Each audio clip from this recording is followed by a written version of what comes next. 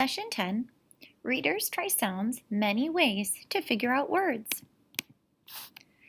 You know that letters and groups of letters can make different sounds in different words. Sometimes a whole group of letters will team up and make a sound that is different from how it looks. Today I want to teach you that readers are flexible. They know that letters and groups of letters can make different sounds. You can say the word or the word part many ways to figure it out. Let's try this. All right, so reading from our book Zelda and Ivy. So Zelda, and then I have a word that's in a black rectangle in our book. And that's a tricky word that I don't know. So I am going to try to stretch that word out in a few different ways. So I'm going to look for what I know. I know my three-letter blend says spur, but now I see a vowel team, an E and an A. Well, I know that a vowel team, the first vowel always says its long name. So it would be E-d, spreed. Does that sound right? Is that even a word? Zelda spreed her blanket behind the butterfly bush? No, let's try it a different way. Okay, let's try the short E sound. Spur-ed, spread. That sounds right.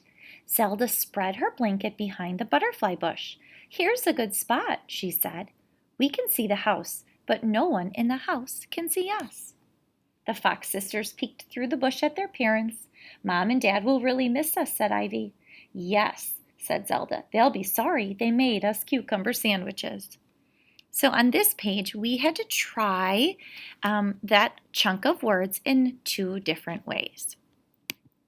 All right, so we're going to skip down here. All right, and then here's the book Mercy Watson that we read. Okay, so here's just another example. Oink, said Mercy, it's an, and there's a big tricky word. So I'm going to try to look for little words or little chunks that I know. So here's a vowel team, the E and the A, which I know usually says E. I see the word ear, and I also see the TH I know says th, and then qua, and then here's bossy E to make A say A. So I know this half of the word is qua-ake, quake. Now I'm going to try to figure out the first half. Earthquake. Does that sound right? No. Let's try another sound, the short E. Earthquake. Earthquake. It's an earthquake, shouted Mrs. Watson. It's the end of the world. Nonsense, said Mr. Watson, but he did not sound very sure. He sounded frightened. However, Mercy was not frightened. Mercy was hungry. Oink, said Mercy again. She moved to the end of the bed. Boom, crack. And I bet you're remembering what happens next because we read this during class meeting. All right, so first graders, remember you are the boss of your reading. Stop at the first sign of trouble and try something. If that doesn't work, try something else and then check it. Okay, so remember that readers are flexible.